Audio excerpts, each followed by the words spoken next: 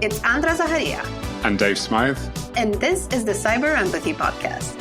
By taking an empathetic approach to technology, we can create space for positive change and healthy relationships to grow. We share stories of kindness, curiosity, and connection that show how we can all shape online privacy and security. Thanks for being here.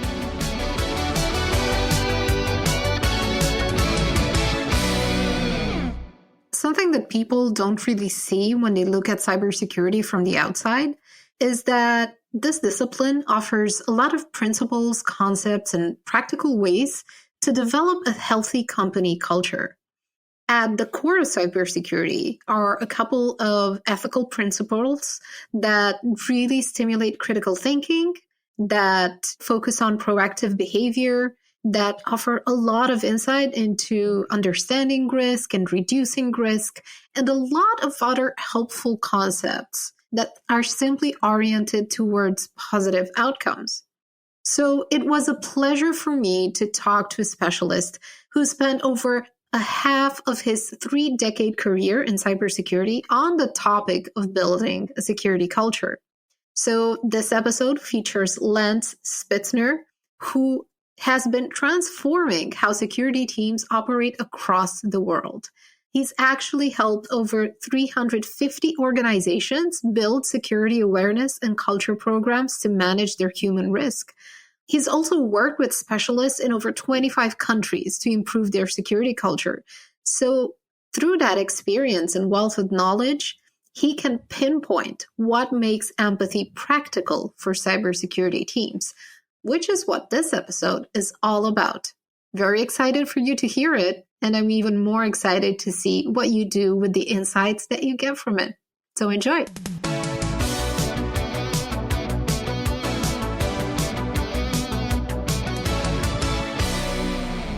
I wanted to dive right in and ask you, how do you get people to reach that moment of self-awareness where they realize that empathy makes a real difference in their work and the lack thereof as well? Sure. And I'm assuming this is from the cybersecurity perspective. Yes. So let's take a step back. And before we go into the how, let's go into the why. And if we think about it, what is cybersecurity all about? Managing risk. And for the past 20 years or so, that's really been focused on the technical side. And I would argue we've actually gotten pretty good at using technology to secure technology. I mean, you and I were just talking about earlier, about endpoint technologies, perimeters technologies, cloud-based technologies. We've got a lot of technology we've been throwing at this security challenge, and we've gotten really good at it. And in some ways, we've gotten so good at it that we're now driving the cyber threat actor to target the human, because the human is now the most insecure operating system out there. And we see that phishing attacks, password attacks, things like that. And it's working. So talk with most security leadership today, and they'll tell you the human is the biggest challenge. Sometimes we even hear the human is the weakest link, a term I'm not a fan of because it blames people, empathy. And what I prefer is people are not the weakest link. People are the primary attack vector. And the reason is because we've done a really good job at securing technology and a really bad job of securing people. So there's the why. Now we have to make the connection to empathy. Okay, Lance, people are the primary attack vector. What does this have to do with empathy? Well, let's take the next step. Why are people the primary attack vector? Because they're vulnerable. Why are they vulnerable? Because we've done a lousy job of securing them. Why have we done a lousy job of securing them? Because we've made security very complex, overwhelming, and scary. So when security teams are telling people what to do, they tend to speak in their own terms. And as a result, people are confused and they often just give up, or they try to do what we tell them to do and fail. Passwords, classic example. We always wonder why people don't exhibit secure behaviors with passwords. And then we think about it, we're overwhelming them. Passwords have to be 15 characters, uppercase, lowercase, symbols, numbers. mix in the blood of a virgin, then change it every 90 days and don't write it down. So if we think about it, really, in a lot of ways, it's we, the security community's fault. So what we need to do is communicate, engage, and make security simple. Because if we don't, right now, if I go to most people and I say, what words or what terms would you use to describe your security team? They're probably going to say words like arrogant, egotistical, unfriendly, unhelpful, technical, confusing, overwhelming. And why is that? And that's kind of like what you and I were talking about earlier, because security teams are not thinking in terms of the people they communicate to. Your workforce or the workforces, they're not stupid. They're doctors, lawyers, accountants, scientists, engineers, nurses, researchers. They're smart people that want to do the right thing. It's just security is not their life, security is not their passion, and it's not their job. So we can't get mad at them if they don't understand MFA, 2FA, SSO, things like that. And this all comes down to empathy. If security teams just took a moment and thought of terms, wow, what's their world like? Wow, how could I make cybersecurity simple for them? How can I communicate in their terms? We're far more likely to engage, make cybersecurity simple. So remember all those terms I use to describe a typical security team? Well, if a security team can take a step back and go, well, you know what? Empathy, really emotion is such a big driver of people's behaviors. If we start making security simple, if we start becoming friendly and approachable and helping them, then people start describing the security team in terms of, wow, they're friendly, helpful, collaborative, approachable, engaging. And really, this builds trust. So why do we keep coming back to empathy? Empathy is that key ingredient in getting security teams to effectively engage your workforce and really create a strong security culture. So what's interesting is I do a lot of research in culture. Because think about it. Culture is something businesses and organizations have been studying for decades. There are so many great models on culture out there. ADKAR, John Cotter's 8 Steps. And there's also all sorts of great research by Daniel Kahneman, Thaler and Sunstein, Cialdini. The list just goes on and on. So if you take all this great research, they keep saying the same thing. To build that strong culture, it really comes back to empathy. In fact, the latest book I'm reading right now, written by the CEO of Microsoft, Satya Nadella. And he emphasizes when he went in there, Microsoft was notorious for a very toxic internal culture. And he specifically brought out this word empathy. So that's why I was so excited to see your series about empathy, because a lot of times we don't realize it. But when we are struggling to secure our workforce, it's not the technology, it's not the processes, it's not the policies, it's the security team. How are they engaging the workforce? Quick example, phishing simulations. Oh, yes. Yep. A big one. That is the easiest way to tell if a security team has empathy or not. Phishing simulations are when we send out phishing emails to help train our workforce. If your security team is sending out super targeted phishing emails, and then when people click, the security team is like, ooh, they're bad, let's fire them. You're going to develop a really toxic security culture. Nobody's going to trust the security team, and wham, things go down. But if the security team approaches us, hey, folks, we want to be very helpful. We're only going to use the attacks that cyber attackers are using. If you click once, not a big deal. Let's work with you and it's a great reflection of how empathetic your security team is. And I've seen phishing simulations go very bad, and I've seen them go very good, where people love it. It's almost like gamification.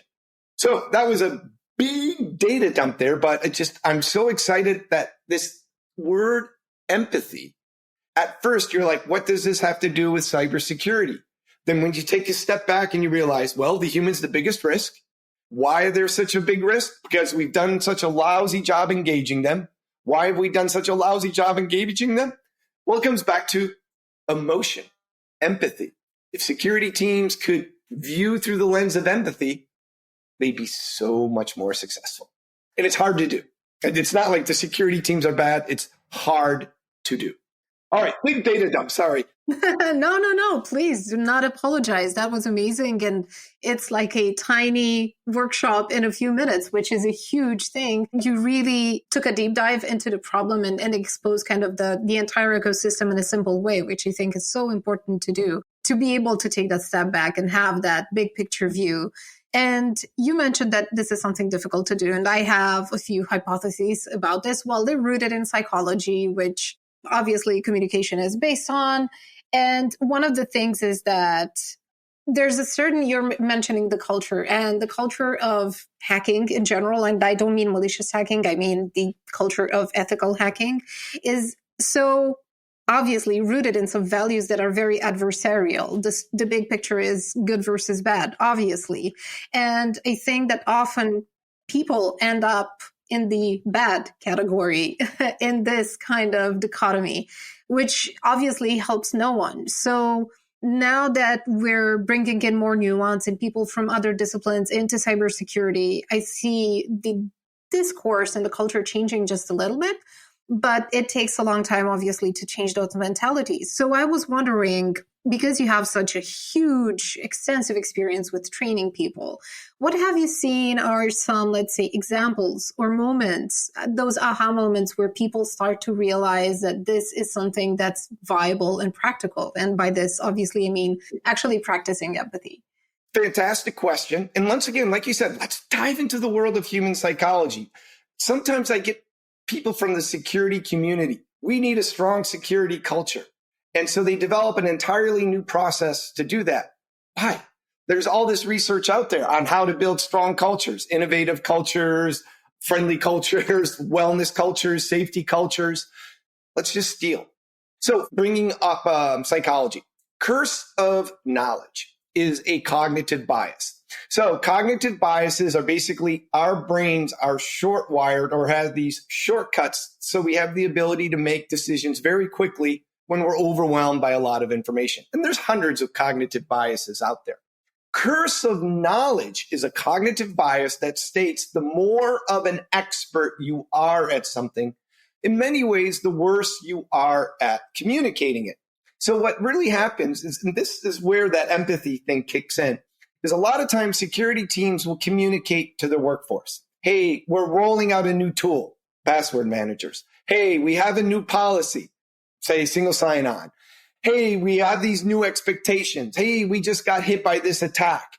And when the security team communicates to their workforce, they communicate in their own terms. It's very technical. It's about protecting the organization. It's talking about these compliance standards. So a lot of times people, when they read it, don't understand it and then don't care.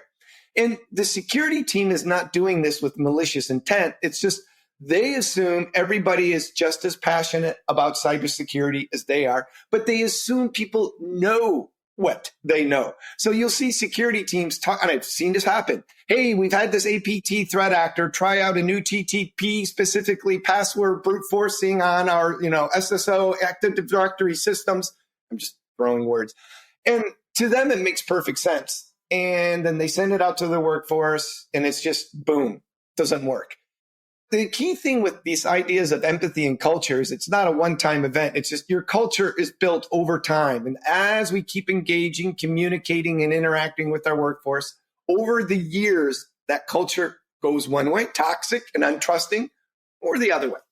So when you said light bulb switch, is quite often just helping the security teams under this concept, this curse of knowledge. Hey, you're communicating in your own terms. So I've literally done this and it works very well. I'll work with security teams and they're going to make a big announcement. Hey, there's a big patch update, a new tool rollout, a new policy. We got hit, whatever. The security team will craft the email and I'll say, send it to me first. And then I'll recraft it so it's easier for people to understand. And so they'll send me a 5-paragraph, highly technical email that has all the details of what's happening and why, all the stuff people don't care about and don't understand. People just want to know what they need to know. So the security teams will send me that email and then I'll simplify it. I'll shorten it. I'll get straight to the point, but I'll also convert it into the terms that people care about. Hey, how this benefits you and things like that. And then I'll show the security team the email and they're like, holy shit, we never thought of that. So it's not that they're malicious in intent, but they don't know how to do this. So quick example, and then I'll give you a solution to this. Password managers are something that organizations typically are quite often rolling out. Are they perfect? No. Are they better than what we have now? In a lot of cases, yes. So a typical security team will roll out password managers, and you'll see in the email, hey, folks, we're rolling out this technology called the password manager. It's a secure encrypted database but exists in the cloud, enabling you to secure your passwords by doing all these things, blah, blah, blah, blah, blah. And it's a little confusing. It's a little overwhelming. And people are like, well, crap, why do I have to do this now? Whereas if the security team sends out an email, folks, do you hate passwords? Do you hate remembering them, creating them? We've got a solution that's going to take care of all your problems and simplify your life. There's this thing called password managers that's going to do all the work for you. So the security team, talking in technical terms about the importance of securing the company, whereas if we flip it, hey, folks, the security team is here to simplify your life. Boom. Now it's just a simple example. So this is why you and I were talking earlier. Sometimes it helps if the security team has somebody with a communications background, organizational change background.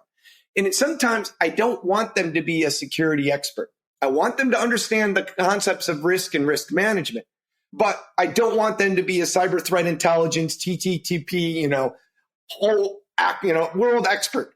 And the reason why is this, is if your security awareness, culture, communications officer, whatever, is not a world security expert, when the security team puts together a tool rollout, an email communications, a new update, new policy, that communications person can go, I don't understand this. And if I don't understand it, the workforce won't understand it. It's almost like the curse of knowledge litmus test.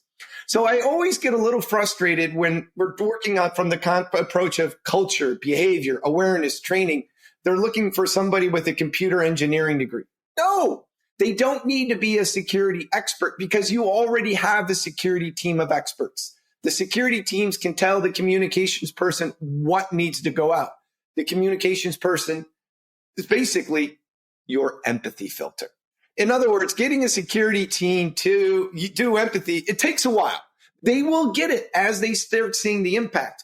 But your security, I just came up with that term, but you made me think of it. Your security awareness culture person, they're your empathy filter. And a great contributor to the overall culture of the organization. All of the language that you mentioned and the way that security teams tend to typically communicate with the people that they serve is such a good reminder that most security companies, unless they're talking to a very specialized B2B audience, tend to communicate similarly with their customers, with consumers, and it's equally just confusing, overwhelming, and fear-inducing, obviously. So I think that the principles that you mentioned apply across the board to a large part of our industry, both in the teams that serve organizations, but well beyond that as well. And when it comes to the culture, I'm such a firm believer that their cybersecurity works and functions on a couple of principles that are really great drivers for ethical behavior, for inspiring critical and stimulating critical thinking, for developing a culture that is focused on good values that benefit everyone. And I see it as a very powerful tool for personal development. And I've seen it in people such as yourself and other, members of the community who are pushing things forward, changing things for the better across the board in terms of how companies are built, how teams are developed, how products are designed, and so many other aspects that influence society at large. So I wanted to ask, because you've obviously seen both sides of the coin, the great progress that people make once they have these realizations and act on them, but also the, let's say, lack of progress or development after those experiences. So I was wondering if you could pinpoint for listeners, what are the let's say, the unseen costs of that lack of empathy? How does growth stall in those companies, but also on a personal level? Because I think that that's where we feel the consequences the most. So I'm going to take this back to the just cybersecurity perspective, just because that's where my expertise lies. But what's the impact? What's the cause? I teach a security culture class. And one of the things I cover, what are the indicators of a strong, healthy security culture? And what are the indicators of a bad or toxic security culture? And really what it comes down to is if you have a toxic security culture, there's really no empathy, there's no trust. Whereas if you have a strong security culture, it's a symbol, hey, you've probably got a lot of empathy, you've got a lot of trust. So let me give you an example of that indicator, but also gives you an example of the cost. What happens if you don't have that? So here's a question. This is what I would ask your workforce, because I'm measuring trust, measuring empathy. How safe, how comfortable do you feel reporting an incident, even though you know you caused the incident? So there's a lot of training out there. Hey, how to identify an incident? Hey, how to report an incident.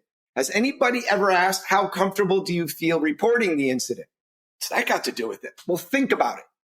If you have a very negative, toxic security team where there's no empathy, people don't trust the security team. The security team is known as punitive. All right, think about this, the scenario.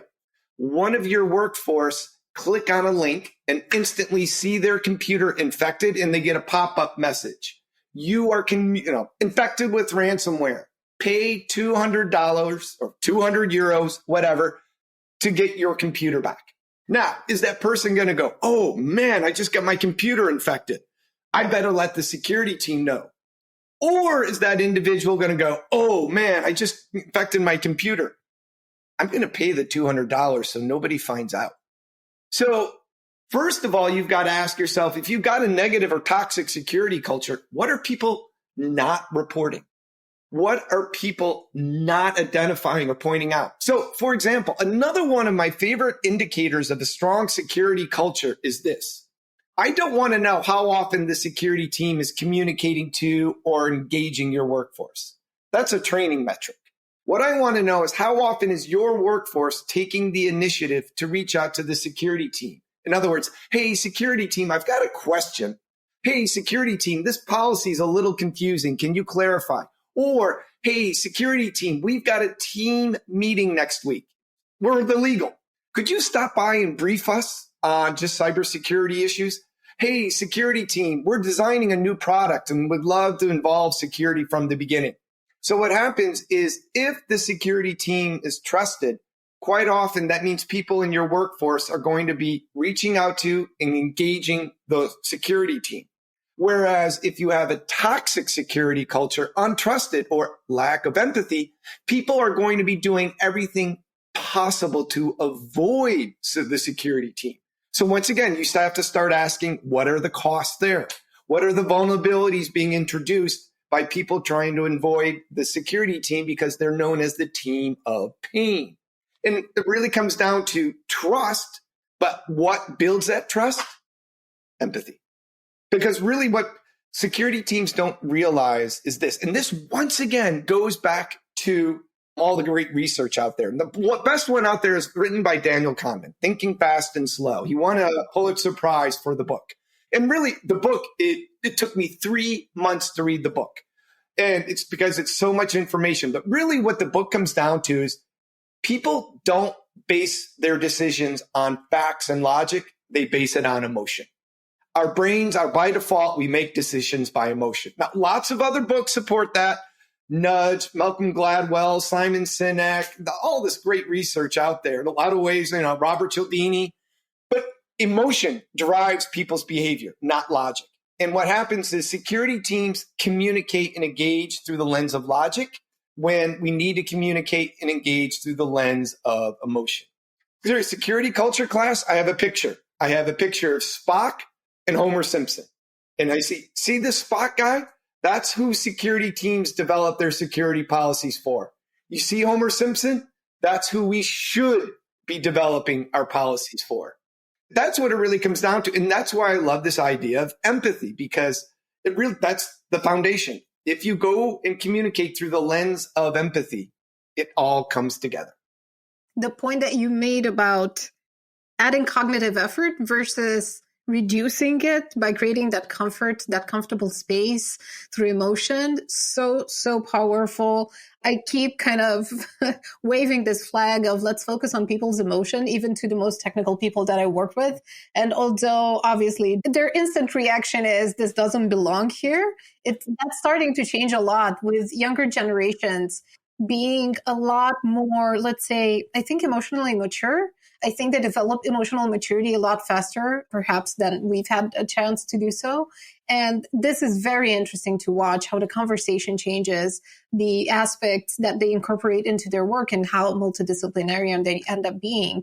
And I see that there's always, when I see people thriving in this industry, whether as a team or individually, I see that there's very close alignment between their structure of values and principles and the work that they do. And it's that alignment that creates deep involvement. It makes it easier to be empathetic and to connect to people. So I was wondering, because you're that kind of person who does this kind of great work that has such huge impact and travels in corners of the internet and of the world that perhaps you may not even realize, do you have a personal story of someone showing you empathy that kind of made you want to pursue this as a key component in your work? Well, that's a really, really good question. You run into it all the time in this field. I would say probably one of the biggest things that really helped me, and I'm not going to go into the details of it, but we had a very close family member just recently go through cancer. And it was not fun. Everything's cleared, everything's fun. But we went through 6 months of the year of having to deal with cancer. And one of the things that it really taught me is everybody out there is dealing with some challenge in their life. It might be a financial challenge, healthcare challenge, emotional challenge, dealing with depression, maybe a child's having a problem in school, maybe they just had a big car wreck. All of us are dealing with something, and it's going in the background and we're not going to see it. So if they're late to a call, if they seem a little distant, if they seem a little frustrated or something like that, what it's really taught me is the importance of empathy, because, I've had a lot of things go well for me. And then there was a 6-month period of real darkness because somebody very close to me was going through something very difficult. And then that really taught me the importance of, hey, everybody's going to have something rough in their life. So go through the lens of empathy, try to understand, and just assume the best. Maybe they didn't respond to your email. It's not because they don't like you. It's not because they're malicious. They're overwhelmed, they're crushed, they're busy, things like that. So that really taught me the importance of empathy. And it's just something I always try to keep in mind when communicating with others or working with others. Thank you for sharing that, and thank you for the vulnerability. I know that it's not easy to dive into these things, but that's such a powerful reminder for everyone. And this is one of the things that I really appreciate about this community, is that people tend to talk about their personal struggles a lot and explain how it influences their career and helps set healthier expectations for other professionals who are trying to just grow in this field, whether they're dealing, like you mentioned, with depression, with health issues, with other kind of, problems in their lives, breakups, moving houses, all sorts of things, even getting fired and other things like that. I think that those conversations are very valuable because they normalize not being able to be 100% there, but still trying to make a positive contribution as much as you can. So that factor really helps. And honestly, sometimes showing other people empathy comes easier than showing ourselves the same thing, because we just tend to push ourselves a lot, many of us. And I think that that's a good exercise to engage in as well. As a, let's say, way to round up a conversation that I honestly wish it wouldn't have to end, but We can do this again too. we're trying to give listeners as much of an insight into the kind of work that you do and what you bring into this community as possible. I wanted to ask if there is, let's say, a particular story or example where you saw this empathetic approach really make a difference in a longer, let's say, in a longer timeline, because you have a chance to see people evolve in this field. Yeah, I was wondering if you could share one of those stories, because I know you're also a great people connector and you basically just bring people together around you and then just manage to build such a great community. It's not a big deal, but sometimes these little ahas can have a big impact. So I've worked with one smaller organization where they didn't and don't have a security awareness officer, security culture officer. It's just, 5, 10 total security geeks on the whole security team. So smaller company, smaller security team. But I worked with them because, they wanted to get better understanding the people side. And the first couple of emails they sent out, so they took my class. I have a class on security awareness, security culture, things like that. They took my class and they wanted to start applying it. And they sent the first couple of emails and communications tool rollout and things like that. And bless their hearts, they tried to do the right thing, but the emails were just horrid. They were technical, confusing, overwhelming. You'd read them and people just didn't know what they were supposed to do, if anything. So I started working with them and I said, look, anytime you're going to send out an email, like I mentioned earlier, send it to me first. And I would recraft it and send it back to them. And then they would send it out what I crafted. And after a while, they started getting it.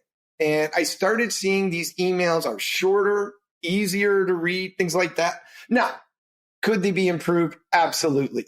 Communications experts would look at this and may even cringe. Oh my goodness. But bless their heart, these technical guys, they're trying to do the right thing and they are making a big improvement. So what it really helped me understand is it's not that the technical community is this lack of empathy is something with malicious intent. They just have no idea that how they're engaging has the perception of no empathy. From their perspective, they are showing empathy. They're trying to do the right thing. They're trying to secure people. But remember, reality is perception. And what they don't realize is the workforce has this perception that, the security team is toxic. And what they don't realize is the impact of that perception. So working with that small security team in this small company helped me really realize it's just a knowledge issue, an education issue. It's not just educating the workforce, it's educating the security team on how to engage the workforce. Thank you so much for that example. That is super, super helpful. And especially for emphasizing, again, the fact that this doesn't come from lack of trying or from a lack of willingness, but simply because these people come with a different background. And that's, again, something that also the rest of us, let's say, who work in a different space or in a different, let's say, niche in cybersecurity, should not criticize, but look to support, understand, and then, try to engage people in that constructive conversation. Because there's also a lot of hot takes and takedowns and criticism around the language that some people tend to use. But again, going on the negative never helped anyone change for the better ever. It's only through making things palatable for people, making them digestible, making them feel like they're part of their universe already, and helping them use the skills that they already have. I mean, specialists in this industry, they're so insanely talented. They have such a capacity to learn and to be creative. And that's something that can be applied to language and communication like anything else. But yes, I'm going on a tangent here simply because I get very excited about this topic. And of course, talking to you, which has been such an honor. Thank you so much for being so generous with your insights and for everything that you do for the industry. Could you tell us where people could find your work or to follow your work more closely and start to dive into that and perhaps take your class if they're up to it and make that change? Yeah, so we're a big believer in building community. And what I tend to find is the folks that are focused on the human side of cybersecurity are probably, not surprisingly, some of the most fun, supportive, and interactive folks out there. So if anybody wants to get involved in this community, learn more about the classes, we have summits, which are free to attend and virtual from around the world. We have an online community forum. If anybody wants to learn more, probably the best way is just to reach out to me. I'm on LinkedIn. I'm on Twitter. So once again, my name is Lance Spitzner. Or if you want to just email me, lspitzner@sans.org.